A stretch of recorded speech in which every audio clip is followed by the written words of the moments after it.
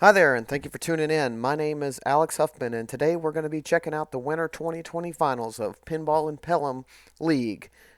Today's players, in order of appearance, are Steve Baker, Robbie Howerton, Mike Gray, and Chris Warren. That is also their reverse seed number. So Steve's 4th seed, Robbie 3rd, Mike 2, and Chris coming in at the number 1 seed. And today's first game is going to be Iron Man. This is a particularly brutal Iron Man with really tight slingshots, very colorful lighting, as you can see. And if you're not careful, you'll catch an out lane, and just like that, you won't get the ball back. So Steve's going to end his first ball, probably not where he would want it, but we'll certainly see more of him to come all day. Player number 2 is Robbie Howerton. Robbie's a great player and a great guy. He represented Alabama in the most recent national championship in Colorado. I can't remember which year that was.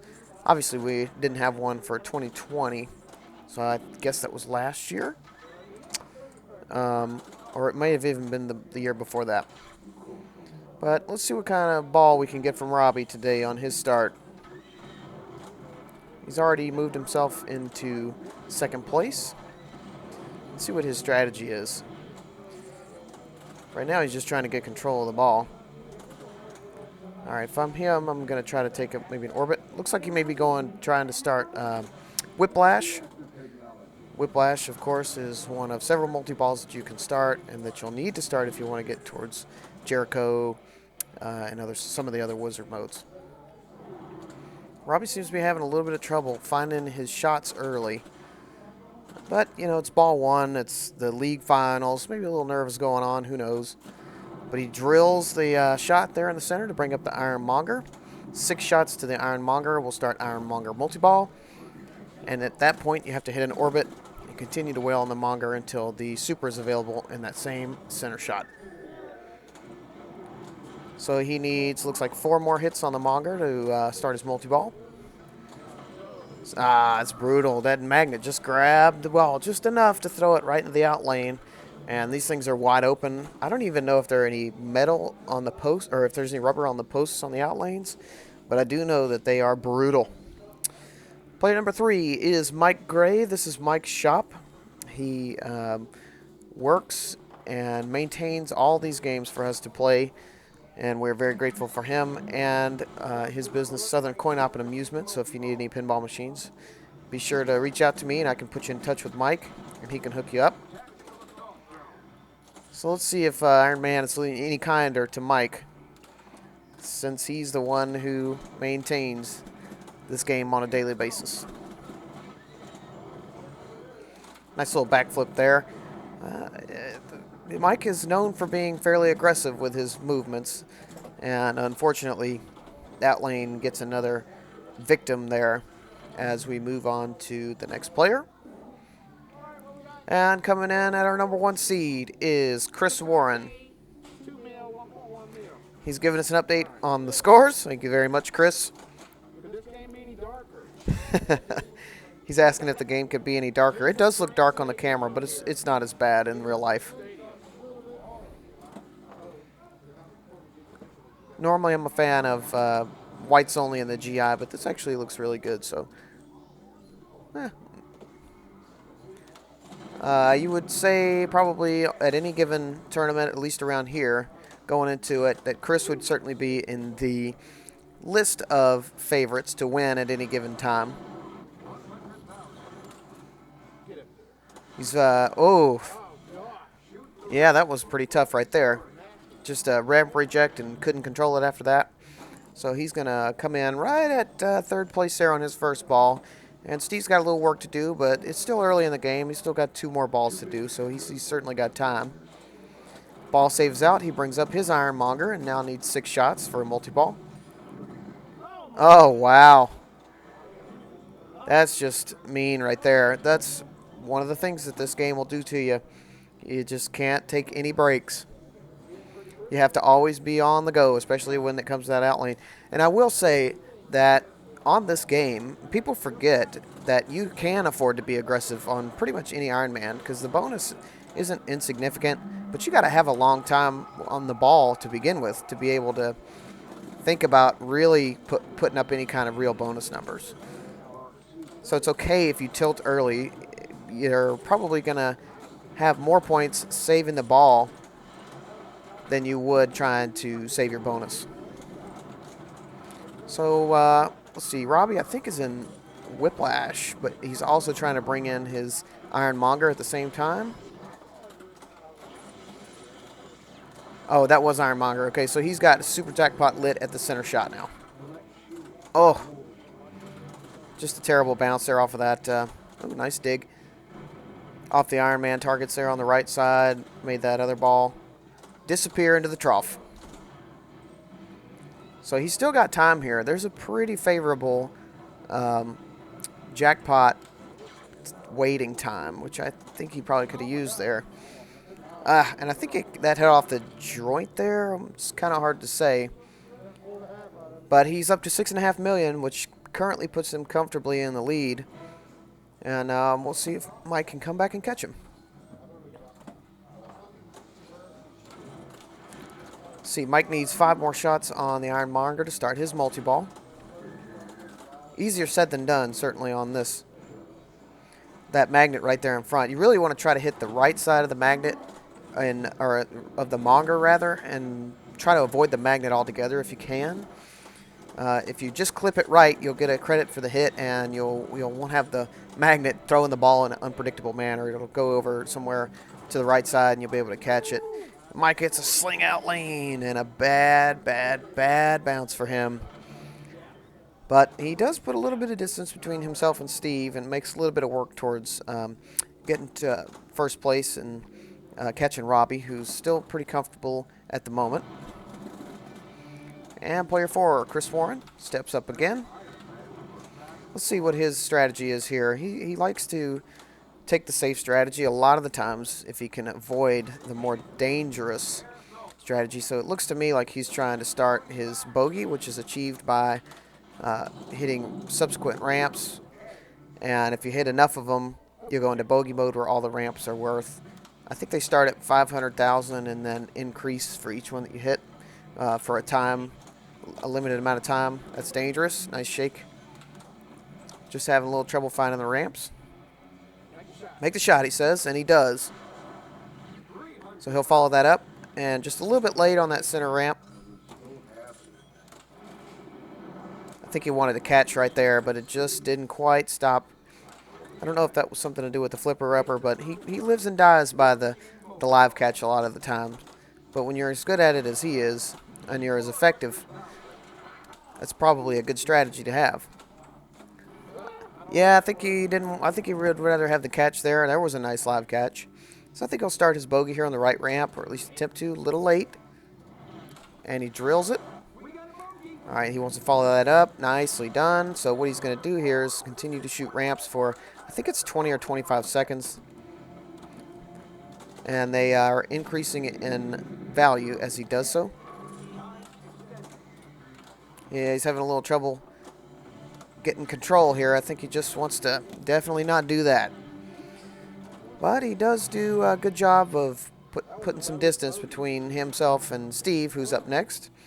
And he's going to have at least 1 million points to catch third place. And then at that point, that's when you really want to start padding your score, because the scoring that we have here is 7-5-3-1.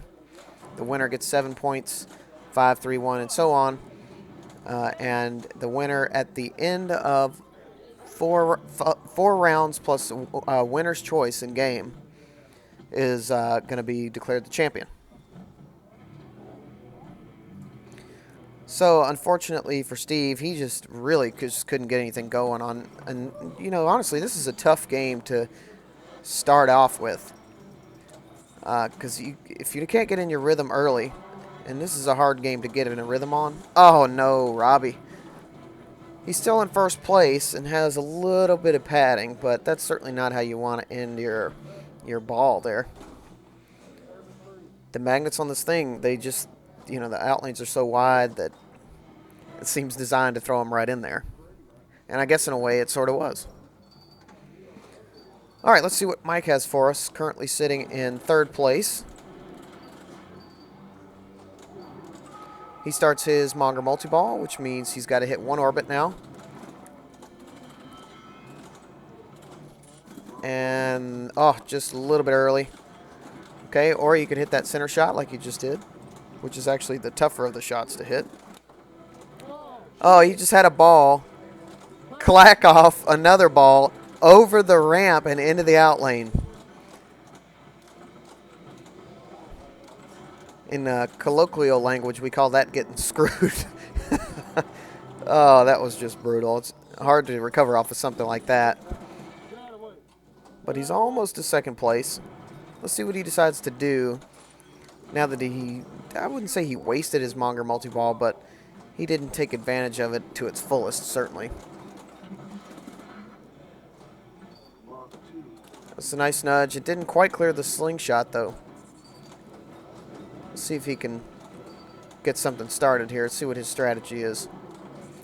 So I think he's trying to start Monger yeah, that one right there. So he starts another multi-ball.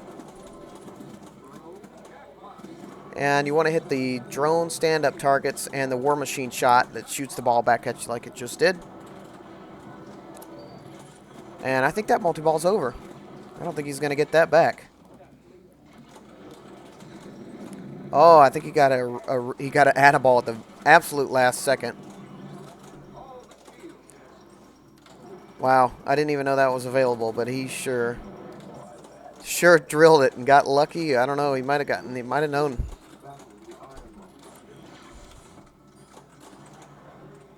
You won't see him trap up and stop very often. He likes to get into the flow, and when he's in the flow, he likes to let it go. So he's picking off some targets here. I think he actually just started Whiplash on top of that. So he's really close, actually. I think when this multi-ball's over, he'll have an opportunity to do or die, which is the center shot that's flashing right now will be a hurry-up for some big points. Close. It's really tight, that shot.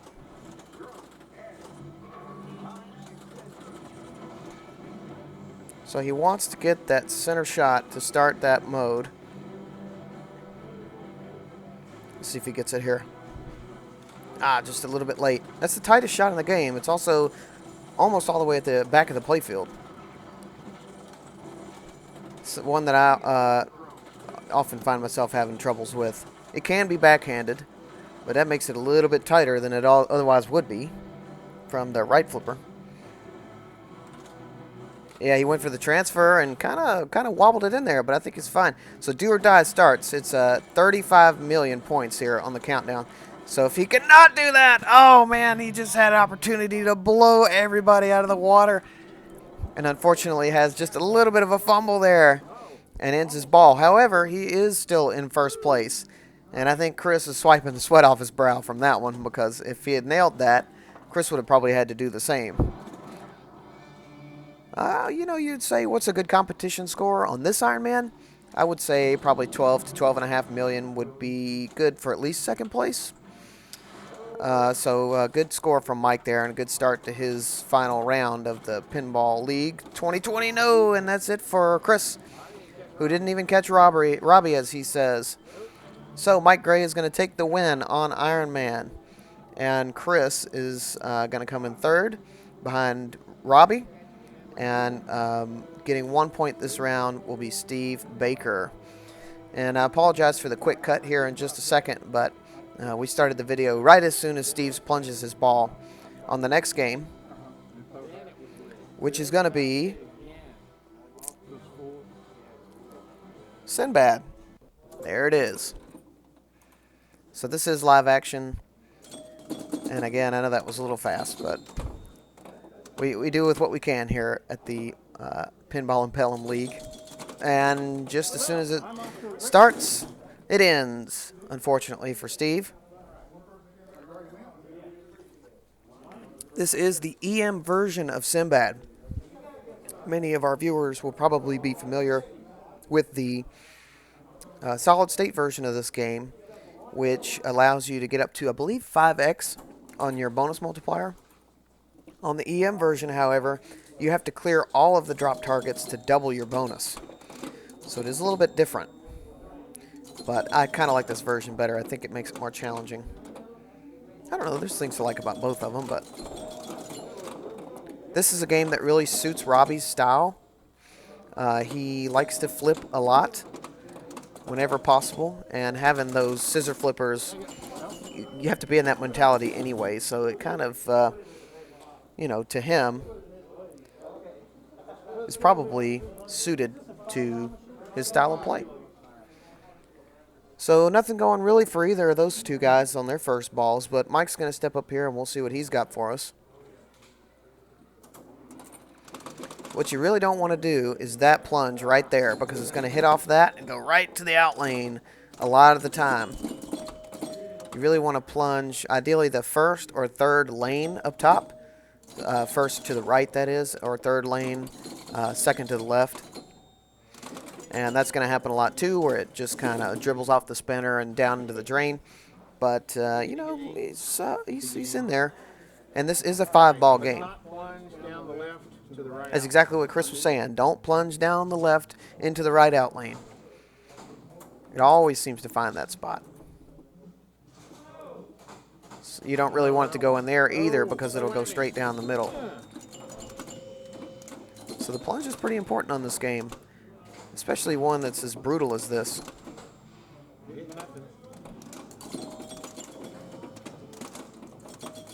Oh, yeah.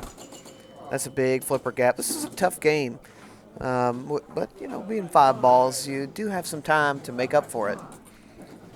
But it's tough to do the thing, and the thing is to knock down all those drop targets. You really have to find yourself battling this game a lot, because even if you do hit the target, it's going to come right back at you screaming. So you just have to be constantly on your toes, and constantly aware of where the ball is, and when you're flipping. I know I've had my fair share of flipper fumbles and scissor flipper balls on this game. And I think that was probably a savable ball from Steve. It did hit the flipper, so he might have been able to dig that out. But we'll never know. Let's see.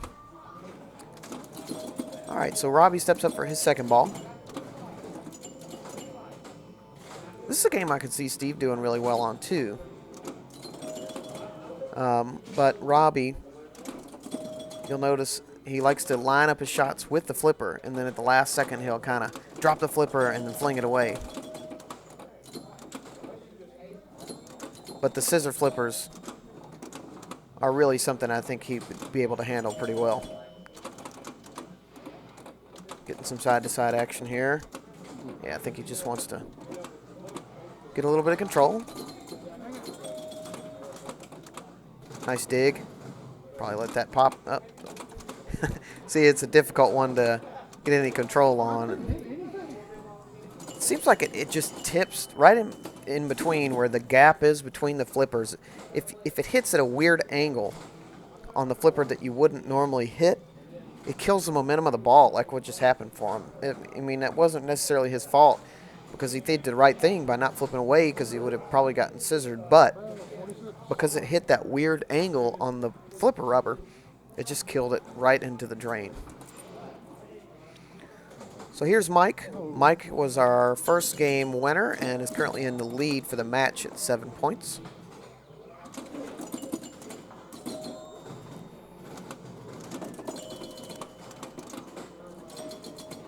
Nice read there. Not trying to do too much.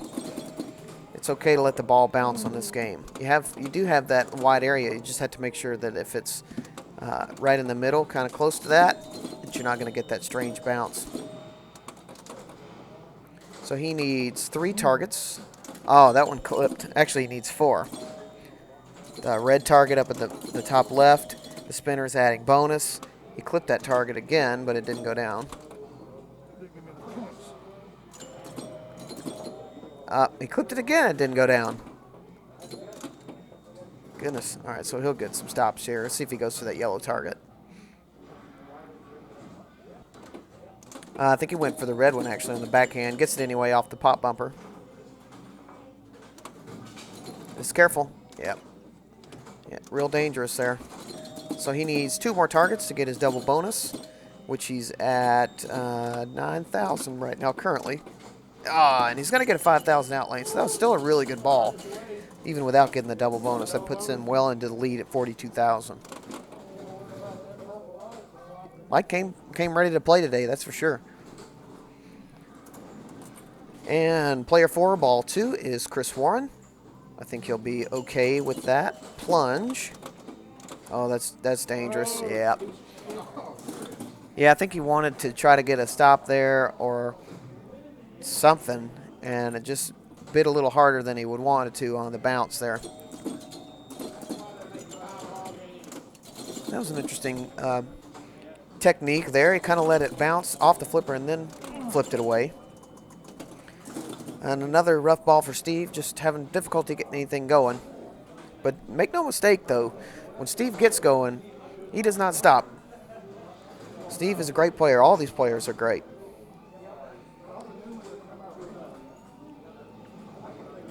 He's always very patient. Look at him. He's just thinking about his next turn.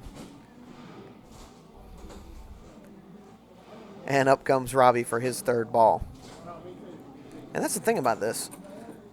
If you get one good ball in this game, it's entirely possible for you to make the comeback. Because, you know, the rules are very simple. Do the thing. The thing is knock down all the drop targets, but it's a difficult thing to do. But if you can do it, it puts you well above and ahead of the guys who may not be able to do it. Because you have to do it all in one ball. So he's going to pick up 5,000 there from the rollover. He needs, picks up another 5,000. He needs the two drop targets. The one at the very top left and the one he just got there, the white one. So he has 1 remaining. It's the top left red target. A couple ways to get that. You can fire directly at it from one of the bottom flippers. You're more likely to get it, though, from the pop bumpers. And if he's able to get it, that would max out his bonus at 19 or 20,000. Really close there. He says, come on, hit it. Oh, he did hit it, I think. Yeah. How many times has he got to hit it, he says. You can let that bounce. It was. I think that was the right decision there, but really quick thinking. Is he going to get it? Nope. Just missed. And there he goes with a double bonus. Okay, so you can get, well, he didn't quite max it out, so you can actually get 19,000 times 2, but he gets 14,000 times 2 and racks up a nice 28,000 in bonus, putting him at 86 and well into the lead above Mike here at 42. So a really, really great ball from Robbie.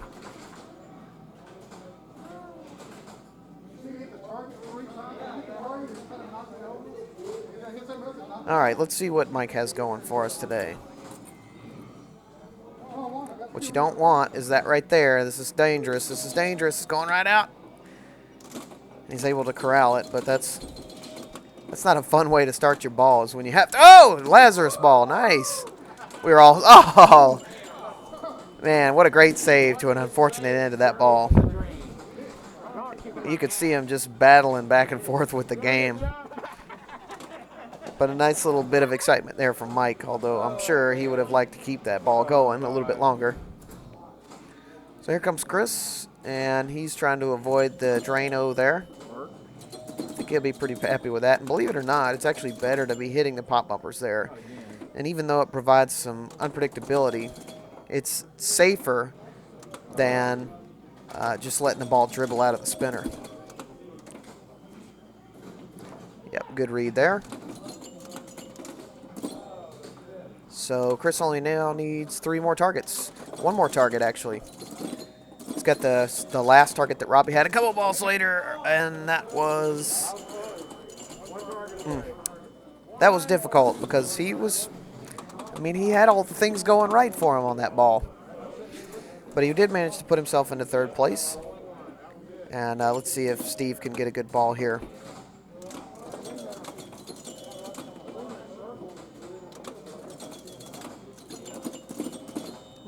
Steve's got an interesting technique where he's sort of letting the ball bounce and then flipping. I don't know if I've ever seen anybody. I guess that's... Oh! If that had been down flipper, that might have been a Lazarus as well. But Steve's got 32 million after 4 balls, which puts him pretty close to Chris right now. But Chris has only played 3 balls. So Robbie steps up again for ball 4.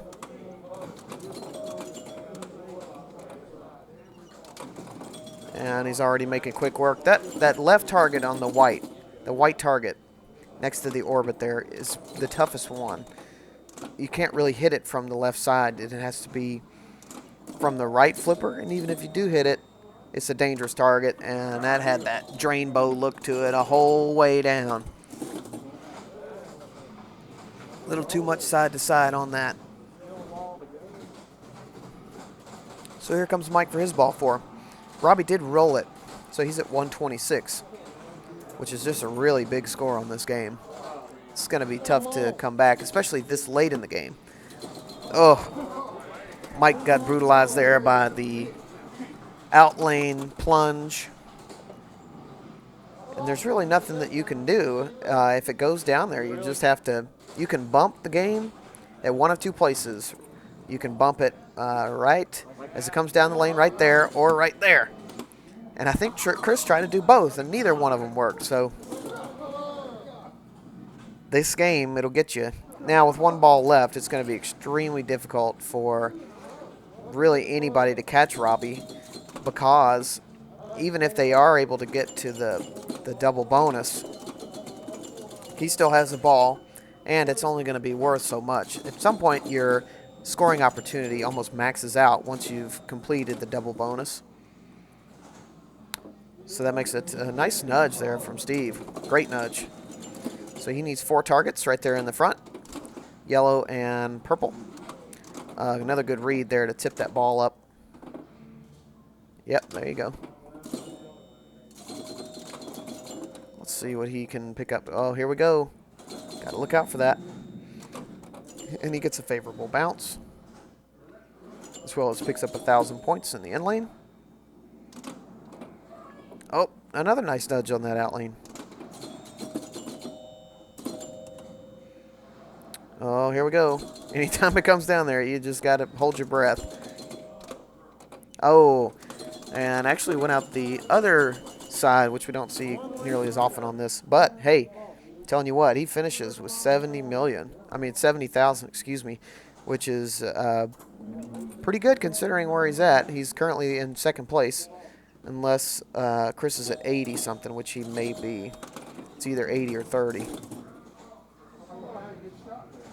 And Robbie is going to close out at 126,810 points, which is a pretty great game considering how brutal this thing is. Stop. There you go. Mike went for the soft plunge last time and just decided to rip it, and it worked out for him. Oh, at least for a second anyway. So I think Mike's going to get the loss there, because I'm pretty sure that Chris is at 85 right now. It's just a little difficult to see the scores. All right, let's play this game. I think he's trying to do the soft plunge just to avoid the out. Sorry about the stream, but I'm going to do this until... Yep, he's saying, sorry, I know this is boring, but I want to make sure that I don't get it all the way over. It's a good attempt at a nudge there, because he really wanted that far right lane.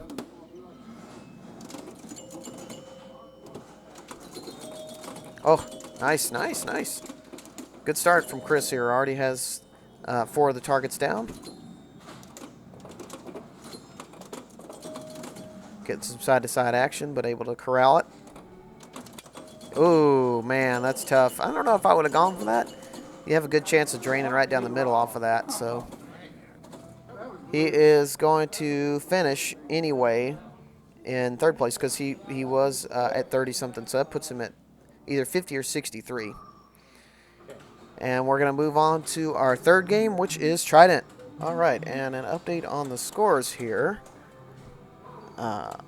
Steve is in third place with 6 points overall. Chris Warren bringing up the rear with 4 currently. Mike Gray with 10, and Robbie Howerton is in the lead with 12 points.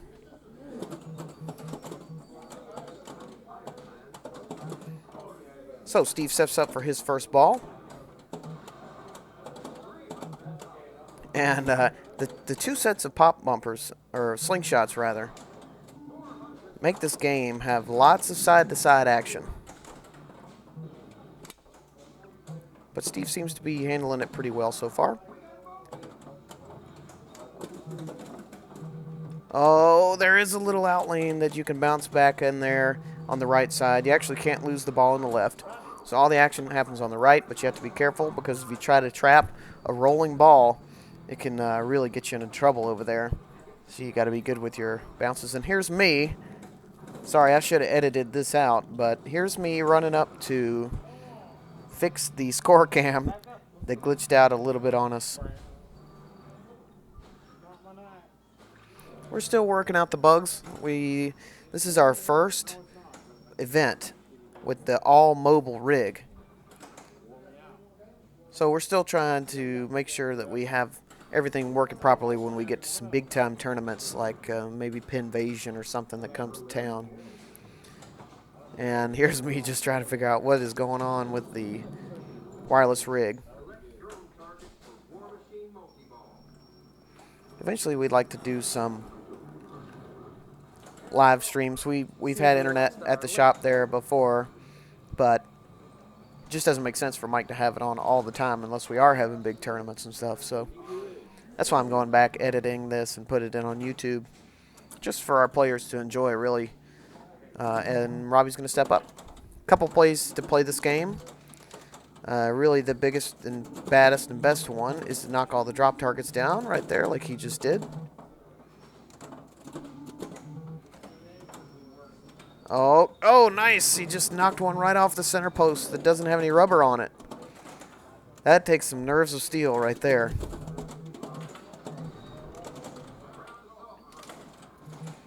The other way is to, I guess your spinner values can get built up pretty good. So if the spinners are juicy, that's another way to play your game here. You'd say a good score, competition score, a couple 100,000 would be a good fair value to shoot for. I know the displays look a little glitchy, and that's because it's the frame rate of the camera matching the rate of the displays at times.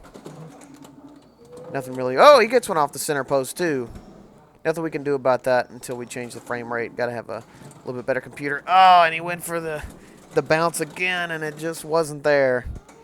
You've really got to make sure it's right on the center post there. I just try to pretend that it's not there, because if you do that too many times, it's bound to bite you. So drop targets increase your bonus X, and I believe that's also what adds to your spinner value. So you really want to get after those drop targets as soon as you can.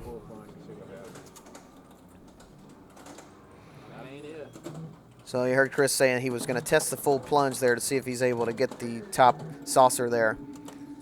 So now he knows on ball 2, if he comes up, he's going to have to make some kind of magic happen.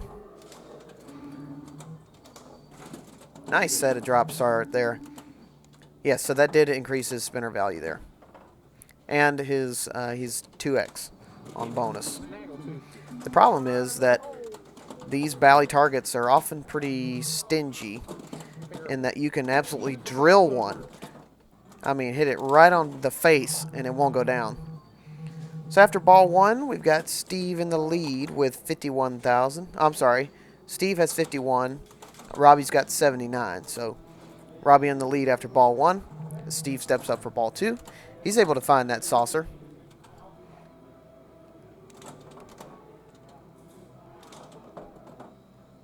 Yeah, you really have to watch that right side. He was fortunate that the ball had some spin there.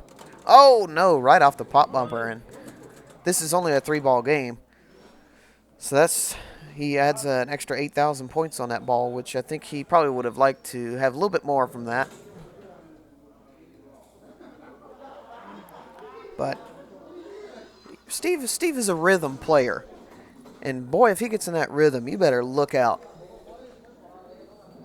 If he's feeling it that day, he can play up there with the best of them. I've seen him do it. He's won local tournaments with us before, and he plays a lot. He plays in darn near every tournament that we have, so he's very experienced. Oh, I think he probably could have bounced that one off the post, but the flipper was up. So Robbie's ball there ends. And he's still in the lead, though, with 87. As Mike's 4,000 points, he steps up. He says, ooh, 4,000.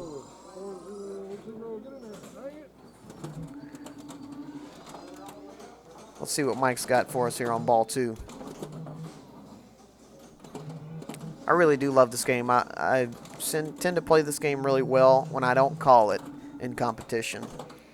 I don't know why that is, but every time I try to play it and I'm in the lead or whatever and I say, oh, let's play Trident, it tends to bite me. So he picks up a fortunate bounce for the target there. Oh, nice. He's got one more target, actually, to complete another set. Lots of body movement from Mike. Nice backhand there. He actually clipped the target there and just didn't go down. Mike's starting to get a little heavy-handed, so he's ripping spinners. I think that one's only 200 or 400. Now they're going to go up again. He's at 3x bonus. Yeah, if you can get those spinners working, it adds up really quickly because once it gets in that pop-upper area, you still have a chance to collect some targets. So if you're working the spinners, it's kind of a double whammy. Finds the saucer there. Not too much action there on the pops that time.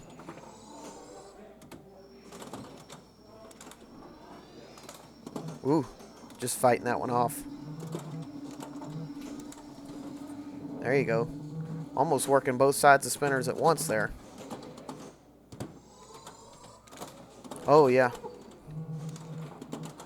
Yeah, if you can get that in lane there on the left side and rip that spinner, you can just make that thing go all day long. Oh, see, he did the same thing Steve there, but was able to survive it, at least for a minute. But great ball there from Mike. Excellent. That puts him well over the 200 mark. Oh, well, 205, so excellent ball.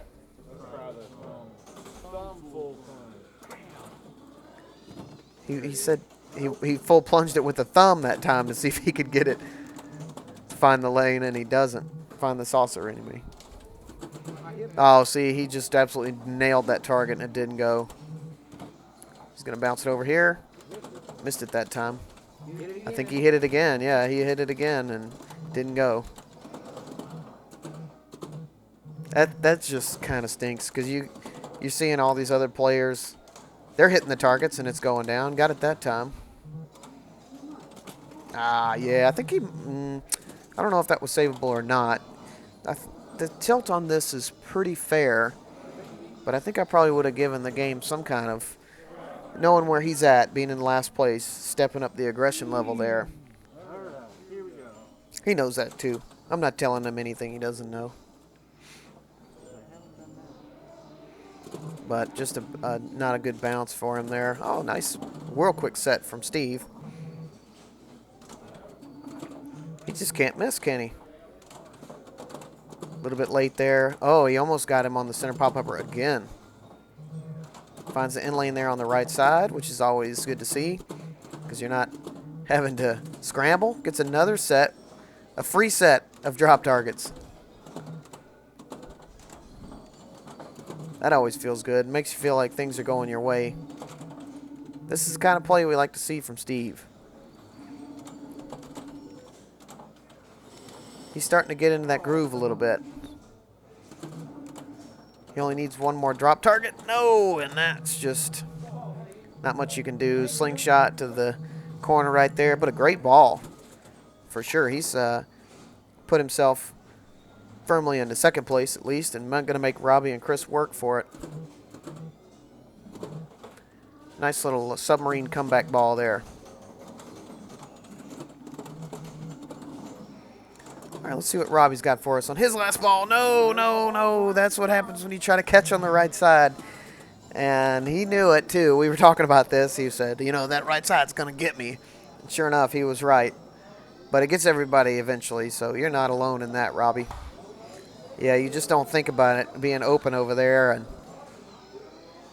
it'll get you. So here comes Mike for his final ball. He's just padding his lead here. It's absolutely possible for Chris to come back really at any score on any game. Even if you put up a monster score, I've seen some crazy comebacks. Look at Mike. Oh, man, he almost bounced that back in. Good effort, though. I like to see the good, hard, strong move on that. Full plunge with a bump. Full plunge with a bump. Here comes. Let's see if he gets the saucer. And he doesn't. He goes 0 for 3 on trying to get the saucer. It's not worth a ton, but it does give you a predictable throw out into the bumpers at least. See what he decides to do here. He may take a rip at the spinner. He does. Still doesn't find the saucer. He's not really concerned about it at this point. He just wants to get the flow going, get some drop targets. See if he gets some luck here. Nope. Got one more target right there on the left side. Bounce. Ah, he went for it. He did go for it. But it was just a millimeter off. And when you don't have the bumper there, what do? So, Mike is going to take Trident. And Steve is going to be in second place with 146. Robbie with 101. And Chris will bring up the rear with 88,000 points. Which brings us to our third game, Circus Voltaire. I'm sorry, fourth game. Fourth game.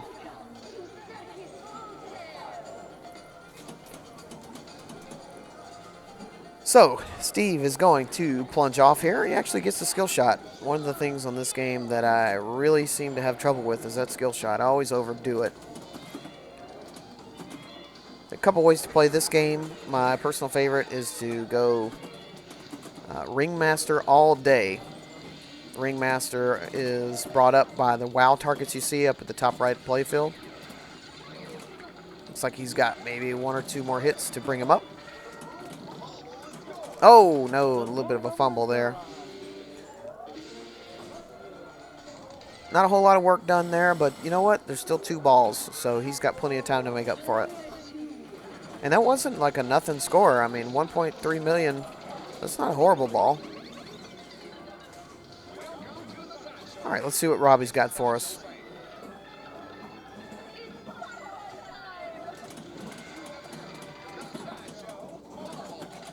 Yeah, that kick out can be kind of unpredictable at times. He is able to get the Ringmaster up. This game is another one of those games that will probably showcase Robbie's willingness to flip the ball, to flip the flippers. You won't see him trap up very much, if at all. Oh, that's unfortunate there. He absolutely nailed the Ringmaster and didn't get credit for it because it was swinging, I guess, a certain way. When something like that happens, it's a hard thing to overcome because you feel like, man, am I ever going to get any kind of lucky bounces or anything? Oh, wow, he survives that slingshot U-turn there. All right, let's see if he can drill it. There it is. Sometimes you'll hit that under the Ringmaster shot and it'll bounce right off the spring.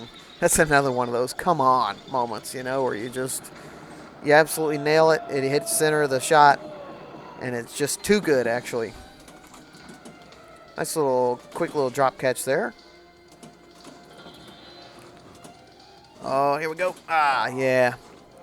Might have been able to save that, but that was tough. Just little flick straight up into the drain. But a really good start from Robbie. He's already got one of his Ringmasters completed.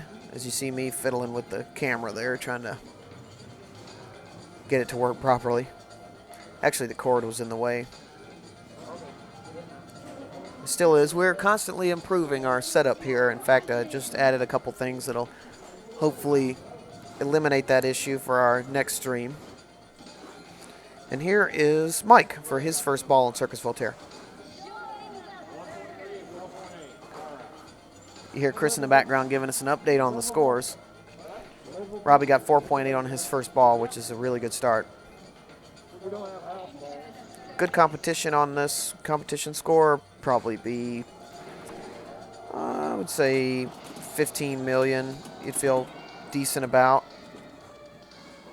Let's see if Mike can survive that in lane. He does. Brings up the ringmaster.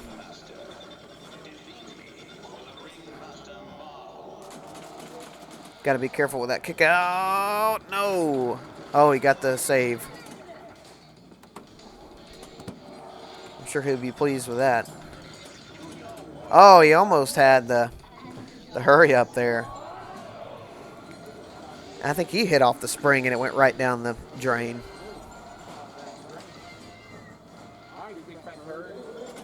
Chris says, "All right, you big fat turd." He's funny. Let's see if we can get that skill shot. Nope, he does just like me. A little bit too strong. Obviously, we need to stay out of the gym. Now, this is a game that Chris is very familiar with. He owns one of these, or he did. I can't remember if he still does or not. But we've talked about this several times. This Circus Voltaire in particular, because it plays so different from the one at home, comes back to bite him sometimes.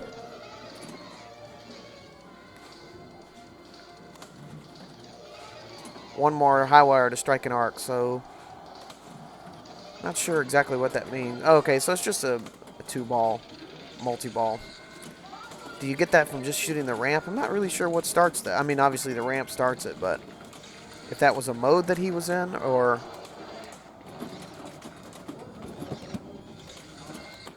what the deal is. Let's see what he can do here.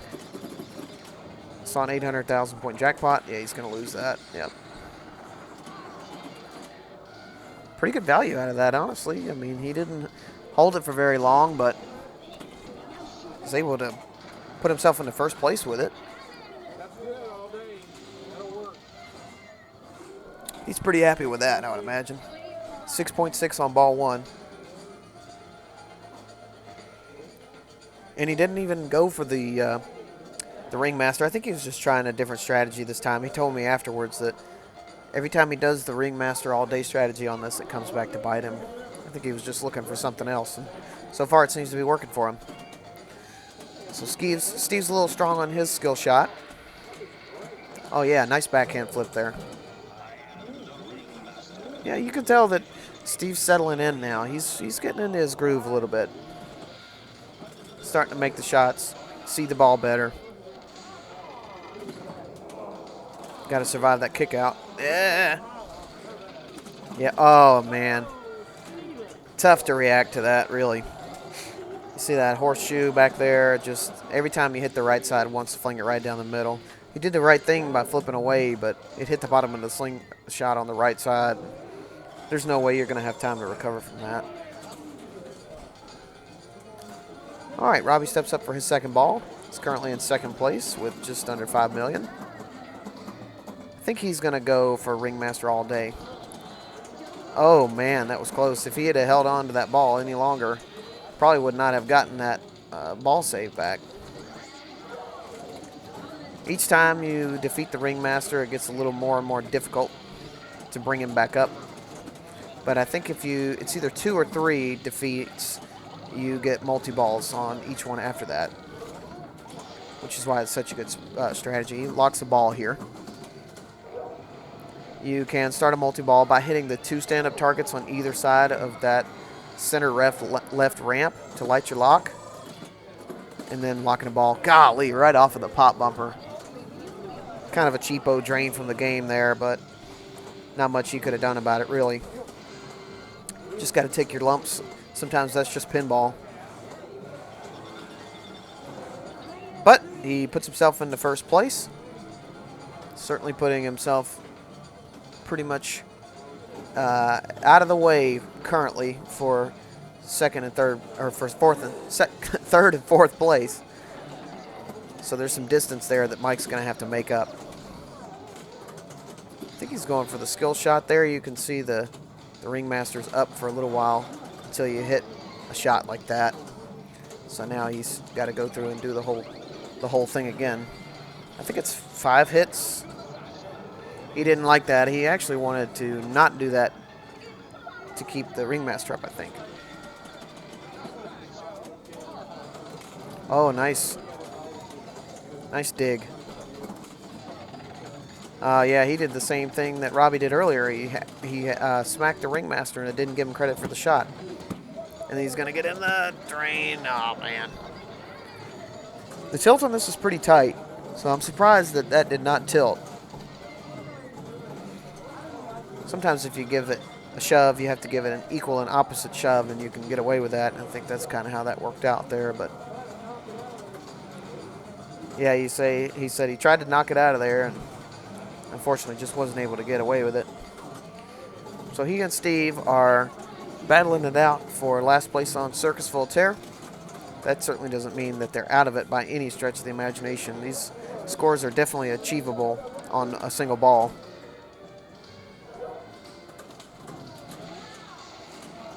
Chris locks the ball. I think that's lock 1 for him. Yes, ball 1 lock. Let's see if he continues that strategy or if he tries to go for the ringmaster now. He's kind of not much going on right now, so he's got to pick a strategy at this point. This shot should tell us. I think he's thinking about it. Going for the sideshow awards, which can give you some points along the way, but you're more likely to get big scores going for the multi-balls. Popcorn, I think this is what, like 30,000 points per shot. That's just mean right there. Off of the side of the target there on the ramp, clips the target next to the head of the ringmaster, and right down the drain. All right, let's see what Steve has for his final ball of Circus Voltaire. Oh yeah, nice little. I mean, he had ball save there, but good awareness of where the ball was on the flipper there.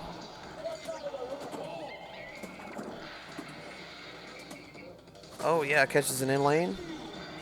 Catches another in lane. And drills it. Good start to this ball from Steve. So he defeats the ringmaster.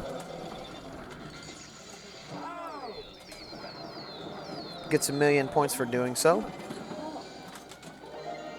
And now he's got to go do it again. Oh, no. This is trouble. Oh, yeah. This kind of has those weird outlanes like Iron Man does where the posts are lower than the slingshots. And it throws off your decision-making in that area because it's so different from other pinball machines. It's not your standard layout down there, which I kind of like.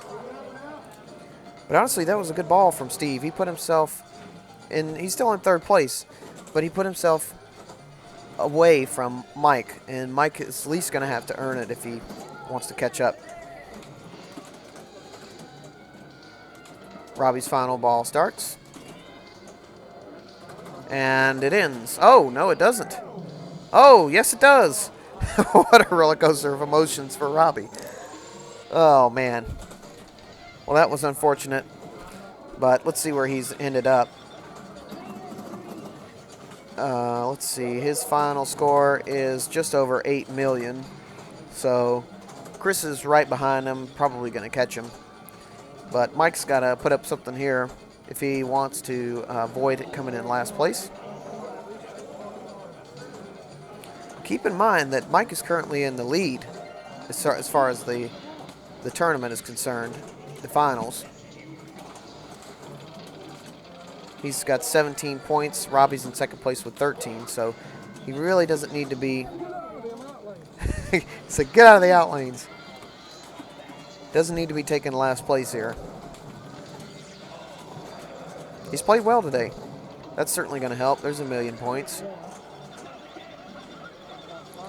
That's 1. He says he needs 5 more Ringmaster defeats to be happy with his game.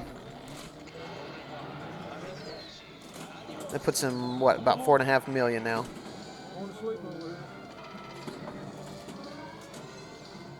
Oh. He's having to battle back a little bit. There we go. Get it to a flipper. Take a breath. Take a shot. There you go. A little late on that one. Oh, no, no. Oh, like I mentioned earlier, the tilt is tight on this, and it's just a little bit too tight for Mike on that move. And he tilts out probably 3rd place with bonus. It'd be tough to say. It would have been close. But he is going to come in last in this game. Certainly not what he needed there.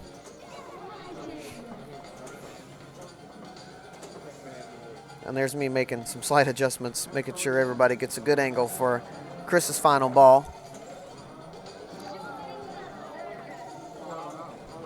And he's just giving it some time for the tilt bob to settle down. After a big move like that, and knowing how tight this is probably a smart move. He usually has a timer with him. So he's at just under 8 million. Robbie's just over 8 million. So if he hits the skill shot here, he can take 1st place. I don't think it's going to take too much work for him to get there, even if he doesn't.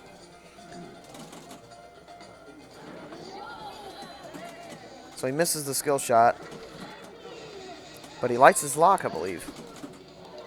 So if he could just, oh wow, he gets a ball save. He needed that. Well, he didn't. He got the 500,000 in the out lane. So Chris will take 1st place. Yep. So he's going to go ahead and dump that. The game is over. Congratulations. The walk-off always feels good. Plus, you get to ham it up a little bit for the camera. And Chris Warren is going to take Circus Voltaire. Mike showing us his shirt. If you're not tilting, you're not trying. How true that is. And Mike, known for his heavy hand, is just also going to ham it up a little bit as we move on to our final game, which is power play. Robbie actually ended up getting the choice of game for this because even though they're tied for points after 4 games, Robbie won the last game. Therefore, he gets the choice. And anybody who knows Robbie knows that he can absolutely rock this power play. We've all seen it. This is always his #1 choice, and for good reason. The 1st place player after 4 rounds gets to choose the final game, but it has to be solid state or earlier. So solid state or EM. And here is Robbie stepping up for his 1st ball. Steve didn't really get a whole lot going on that one. It's kind of, this is a feast or famine type game. You're either going to crush it or you're not. And that's not a comment on Steve's ability. That's just a comment on how the game plays. Steve's certainly capable of putting up big scores on this. So is Robbie, and he gets a rough one too. So you just never know what kind of mood this game's going to be in. So, not much going by the first 2 players. So we'll give us a quick update on the scores. Robbie and Mike are both tied. So if either one of them wins this game, they will be the champion. There are some possible outs, I think, for Chris to maybe come in 2nd, or Robbie. So we have 18, 18, 14, 14 after 4 games. We were talking about this when this was being recorded, and I think we had determined that there wouldn't be a way, maybe there would be one way for either of those 2 guys to come in tied for 1st and then have a playoff. But as evidenced by the first 2 balls, the 3rd ball isn't too good either. So maybe Chris can get some points out of this machine if it's being stingy today.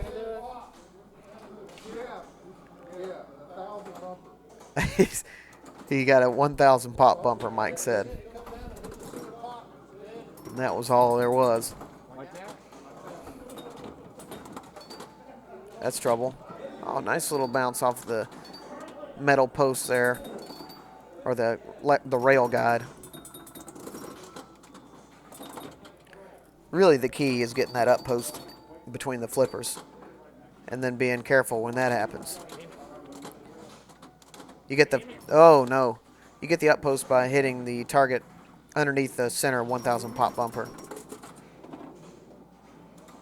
Once you have that up, you can kind of tap your way into the orbits. Oh, man, Steve just has that... Just barely tapping the slingshots and firing it right into the out lane. Really nothing you can do about that. And Steve has just had a difficult day. And Robbie's having a difficult game, certainly.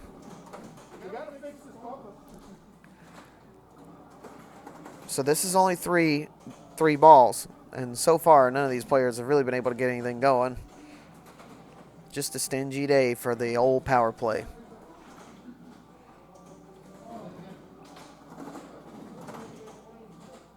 Mike must be off somewhere mentally preparing for his ball.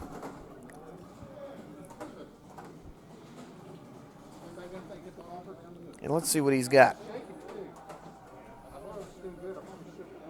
What big, healthy scores we have. He says, what big, healthy scores we have. You add them all up when you got, what, 50? Not quite. No? Not even 50,000 between all the players halfway through the game. No, when you got 50 altogether. That's pretty bad. He said that's pretty bad, and I would have to agree. Although if I were in there, probably would be contributing to that. So let's see what he's got. So he's got his up post in the center now. Get in there. Which you also get, I guess, from the upper rollover up there. I'm not sure what caused that to come up. But that's a huge help because now you can just let that go like that. Stress-free. Start hitting those orbits. Or the drop targets. So he's just trying to find that sweet spot. Just what he's trying to do here is flip it onto the flipper like that so that he can take his time and aim his shot. See, he's going for those drop targets. He gets one there. He is all over that drop post target in the center of the playfield there, and just barely missing it. Get 3,000 bonus for that. The drop targets, he has 2x. Every set of drop targets will also give you a bonus X. So he's really starting to rack up some bonus here. He's got 20 in bonus at the moment. If you get to 20 total, I believe that carries over to the next ball. So he's at 13,000 times 2.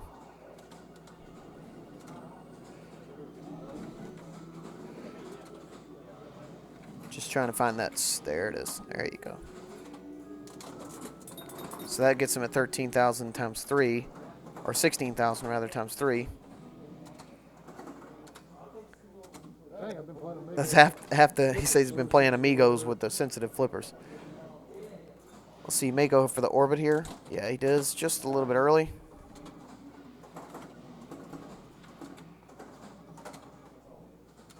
This was nice about that center post. You can take your time. One more drop target over there for 4x.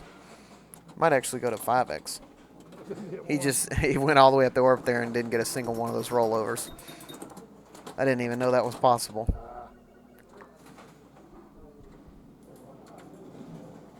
Oh, he went for the target there and just missed it. I'm not sure why he flipped that away. Could have let that settle. Maybe he was going for the drops. This is not the time to get impatient, for sure. One thing, though, is for certain. He's putting himself... This is a championship ball right here, because what he's doing is he's forcing Robbie to have one ball just as good as this one. Picks up 5x. He's got 26,000 times 5 in bonus. Catches an in lane. All he's got to do here is not tilt, and he'll be in excellent position. Because he's got a pretty fat bonus built up. What's he going to do here? Orbit, or is he going to go for the target? I think you want to... The target, that's giving him 50,000 right there. So he just went from like 70 to 120, just like that. Every set of targets he completes now is going to be 50,000 because he's already maxed out his bonus.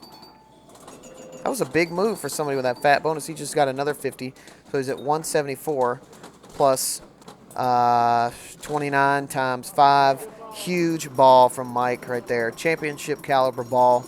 That's the A-Division play that we expect from these guys, and he threw it down at the absolute perfect time. What a ball from Mike. Chris may be standing here for a few minutes while that bonus counts down. He just walks away. So Mike puts up a 320,000 pointer right there, which means that if Robbie wants to win this thing, he has to put up a 300,000 point ball in one go. All right, Chris steps up for his second ball. And just got to get in the rhythm. He's got his post down, so he can relax there. Do a little tap passing. So it's a little heavier, I think, than everybody is expecting. They just kind of keep tapping it back and forth. But a good start here. He's certainly in position. Got one more target on that side. Nice, absolutely nails it. Great shot. He's picking up some good points here. And remember, if he wins this, he could come in at least second place. Oh, he just did the exact same thing that Mike did. Went all the way up the lane and didn't get any of the credit for it.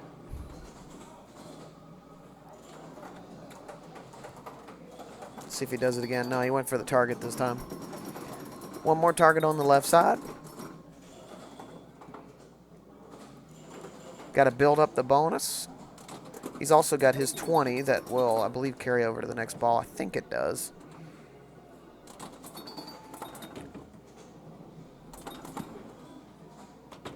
Oh, that's trouble. Oh, nice. Good bump there.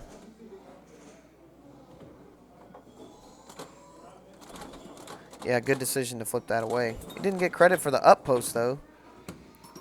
And unfortunately, he wouldn't have been able to use it anyway. But a really nice ball from Chris.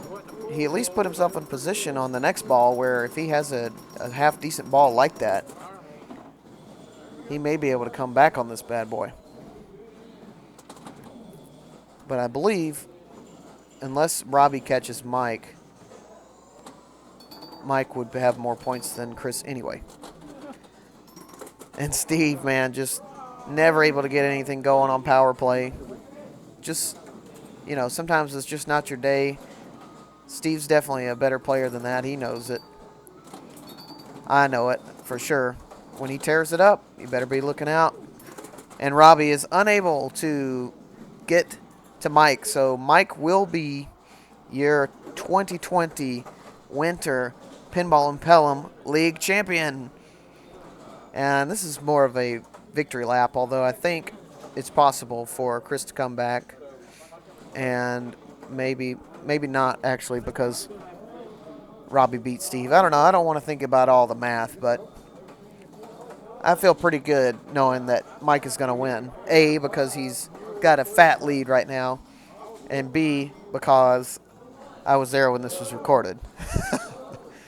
So Mike is going to step up for his final ball of the night. Feeling pretty good about his position.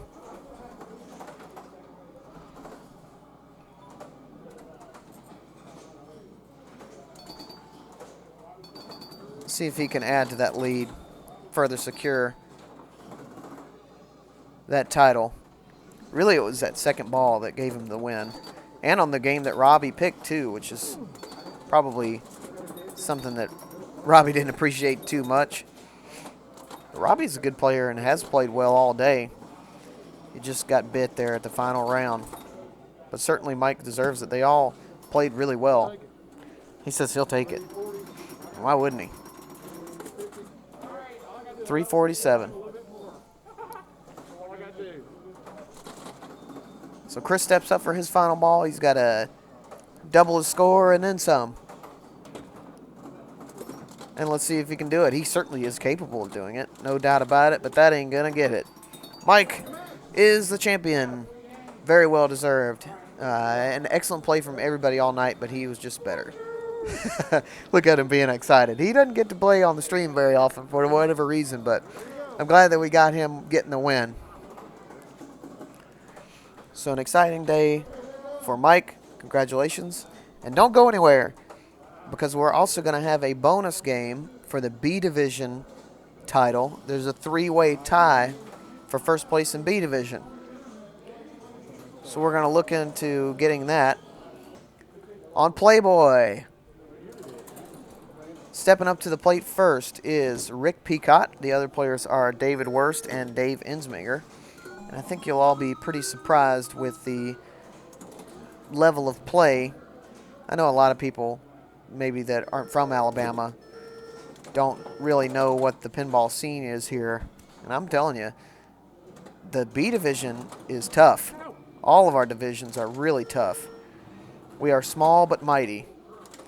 And a lot of our guys, I think if we were based out of somewhere like Pittsburgh or whatever that just has the volume of tournaments,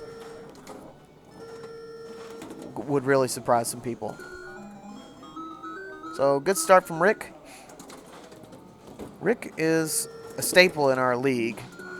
He certainly knows the rules to this game. Been playing forever. He's expert restoration guy.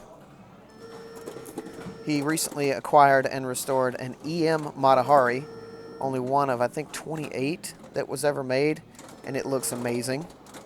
So maybe we'll get that on stream one day. I'd love to have that. I know he's going to watch this too, so he's actually collected all of his keys, gotten a 2x bonus.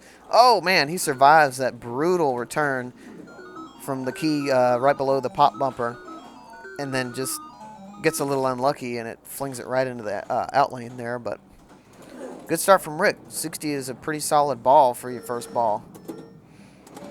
And up next is David Wurst.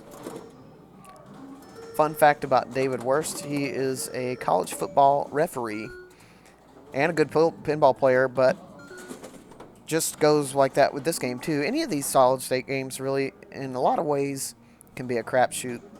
Even if you kill it one game, you could step up to the next game and just not have it. But this is David Wurst. David is a very calculated player and didn't really have even time to make any calculations on that ball. So we're back to Rick. Rick does carry over his 2x bonus from the previous ball, but he has to go back and get all the keys again if he wants to light the grotto for the 20. It's 20 or 25,000 per hit. That's trouble. That's trouble. Oh man, Oh my God. that was just one too many bounces, I guess. I don't know. That was just really unfortunate there. I think the ball got caught up a little bit in the insert too, which didn't help matters at all. So here's David for his second ball. The value of the grotto shot there increases as you get keys, and then once you get them all, I think it's 20,000 or 25. So that's really the whole purpose of this game, is to collect the keys. He's got 3 remaining, 1 up top now, and then now all he has is the one underneath the lower pop bumper to light that grotto.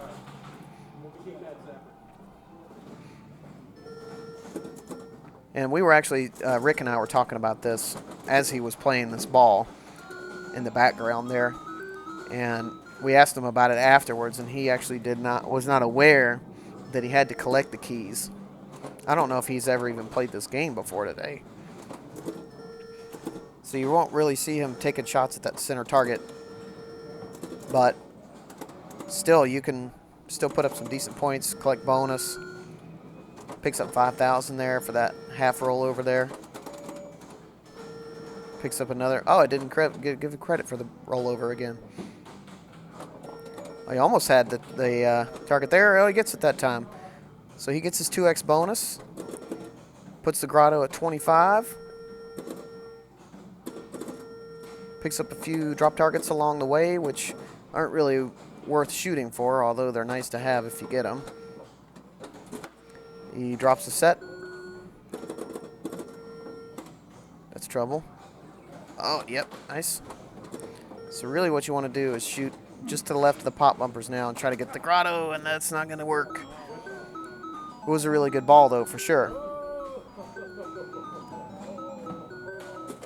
And the score cam froze up on me there. Still working out the kinks on our mobile rig. But I'm telling you, it's been nice having this because we were able to follow the A group around without slowing down the action. And even get this game in, which was really nice. They were willing to wait for us to finish up with the A division so that we could film this. So I appreciate these guys. See Todd Machard there in the background in all of his ghost gear. Also a really good guy and great player too. He's coming into his own, that Todd, with his game.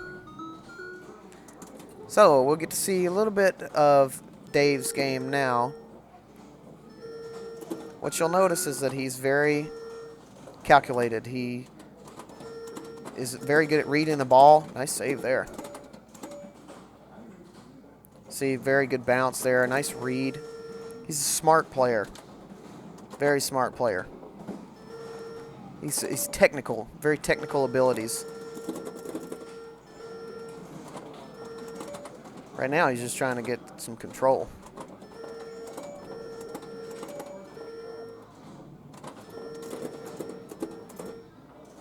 Yeah, nice save. Another one. Oh my gosh, 3 in a row. The game is fighting back on him. Oh, he got the... Oh, nice. Wow. That was a nice set of nudges there. Finds the in lane again. So he needs the 2 keys up to the top there and almost gets it in the grotto. Really, the best way to do that, you can get it in the pop bumpers and get them.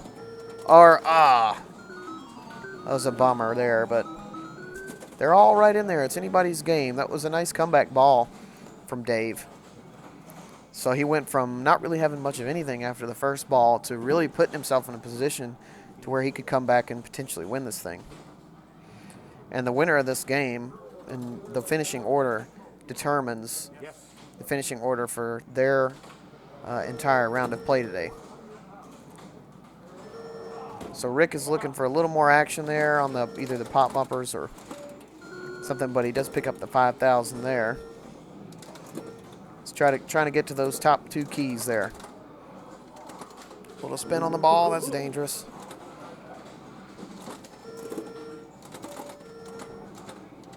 There you go. Good control. Let's see what he decides to do here. Really, you can't get there. I guess you could take the orbit shot, which is what he went for. But it's a lot later than you think on these flippers. He gets up there. Let's see if he can bounce it. Nah, too much spin. Yeah, there you go. Yeah, see, he's pretty happy about that. And he needs, let's see, 2 times 80s. Right now, he's close to passing David, rather. And I think he will pass him, but not by much. This is 16,000 in bonus, so he's going to be just under 96,000 with David sitting there at 90. So if David can pass him here, he'll at least be guaranteed first place for a minute until Dave comes up. So he only needs the top 2 keys there. Yeah, he gets one of them here. Oh, that was nice. He picked up the 5,000 roll over there. And the last key. So he's got his 25 lit on the grotto now. Along with his carryover 20 bonus at 3x. So he's actually in really good shape here. Because even though he drained quickly, that was 29,000 times 3 in bonus that was carried over from his previous ball. Plus, he picked up the extra X there when he got both of those keys there at the top lanes. So he really put himself in good position there. This is going to be tough for Dave to come back on, but he can do it. He also has the 20,000 carryover bonus, which he just pointed out. And he only needs 2 of the keys in the top lanes to multiply that times 2. And then if you start getting those 20,000 grottos, rocking those, you can absolutely come back on this. Yep, nice flip there. A little bit early. It's easy to get early on that. Nice slap save there.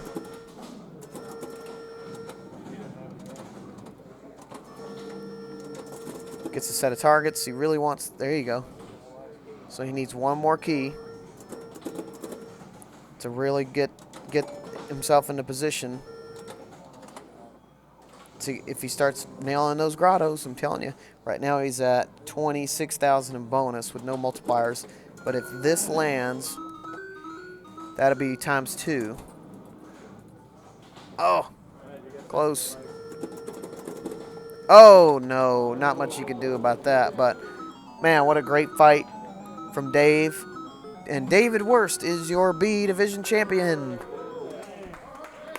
So big round of applause for these guys. And I'm glad that we were able to showcase their skills on this video. Hopefully we can get more of the B Division action in the tournaments to come. But I appreciate everybody watching today, and have a great day.